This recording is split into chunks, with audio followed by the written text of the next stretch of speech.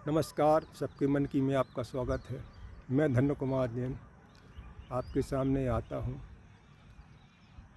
विभिन्न विषयों पर विमर्श लेकर।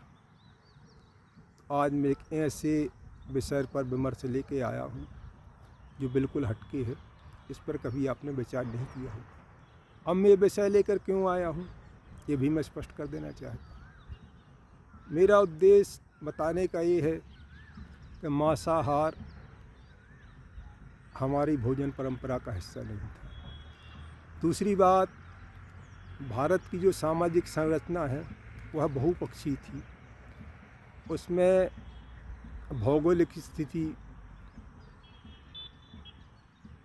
के साथ व्यवसायिक, आर्थिक, सामाजिक सभी पक्षों को शामिल किया गया था और बहुत ही दूरदर्शी थी, बहुत ही वैज्ञानिक थी। तो शुरू करते हैं विमर्श को। आपने देखा होगा कि हमारे देश में हर काम करने की एक जाति होती है। जैसे गाय पालने वाले ग्वाल यादव समाज के लोग वो गाय भैंस पालते थे, और भेड़ पालने वाले जिन्हें हम गाड़र भी कहते हैं, गड़रिया समाज होती है। ये गड़रिया समाज जो है पूरे मैदानी इलाके में होती है। एमपी, यूपी, महाराष्ट्र, गुजरात, राजस्थान, लगभग पूरे देश में होती है, सिर्फ पहाड़ी इलाकों को छोड़कर। सब जगह होते हैं गड़रिया समाज के लोग। इनका मुख्य काम होता है भेड़ पालना, और भेड़ दूध भी देती है, उससे ऊन भी मिलता है। लेकिन एक और जाति है, उसे कहते हैं बकरवाल। ये बकरवाल समाज पहाड़ी इलाकों में पाई जाती है, जैसे कश्मीर में या हिमालय, लद्दाख के क्षेत्र में, दुर्गम पहाड़ी इलाकों में बकरवाल समाज पाई जाती है। इनका काम होता है बकरी पालना, क्योंकि पहाड़ी दुर्गम इलाकों में गाय पालना संभव नहीं है, क्योंकि दुर्गम इलाकों में गाय नहीं रह पाती है, पहाड़ियों में बहुत दुर्गम होती है। लेकिन वहाँ बकरी बहुत अच्छे से रह लेती है, क्योंकि बकरी का बहुत चंचल होती है, पहाड़ी इलाकों में कूद जाती है, चल लेती है। और दूसरी बात, पहाड़ी इलाकों में घास नहीं होती है, वहाँ झाड़ियाँ होती हैं। तो बकरी का मुख्य भोजन ये पत्तियाँ खाना, क्योंकि बकरी मुँह उठा के खाती है, और भेड़, गाय, भैंस, अन्य पशु जो होते हैं वो सर नीचे करके घास खाते हैं। तो ये बकरवाल लोग उन पहाड़ी इलाकों में होते थे। अब मैं ये जो बात कहने जा रहा हूँ वो है बकरे को लेकर, क्योंकि मैदानी इलाकों में बकरे का कोई उपयोग नहीं है।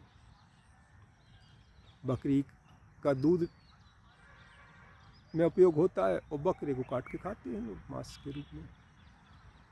तो हमारे यहाँ बकरी पालन मैदानी इलाकों में होता ही नहीं था पहले, पहाड़ी इलाकों में होता था। वहाँ बकरे की बहुत ज़रूरत होती थी। बकरे माल ढुलाई का काम करते थे।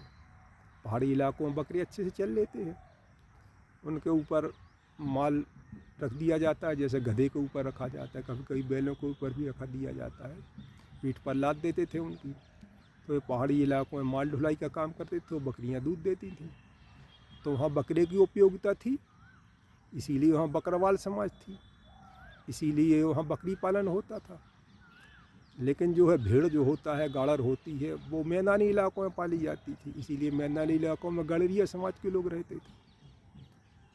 तो भेड़ के उपयोगिता है, भेड़ दूध भी देती है, और नर भेड़ जो होता है उसका ऊन बहुत अच्छा निकलता है। मादा भेड़ का ऊन उतना अच्छा नहीं निकलता है, कम निकलता है, उसकी गुणवत्ता अच्छी नहीं होती। तो इसीलिए नर भेड़ जो होता है वो ऊन देता है साल में 2 बार। ऊन से मतलब उसके बाल निकलते हैं, और उससे बहुत अच्छे कंबल बनाए जाते थे। गड़रिया समाज के लोग कंबल बनाते थे। अब तो ये परंपरा लुप्त हो गई है, और भेड़ें भी गायब हो गई हैं। एक बात और होती है इसमें भेड़ों के साथ, बुंदेलखंड की परंपरा थी कि किसान लोग गड़रियों को बुलाते थे, अपने खेत में भेड़ों को बैठाते थे, और उसके बदले में उन्हें अनाज देते थे।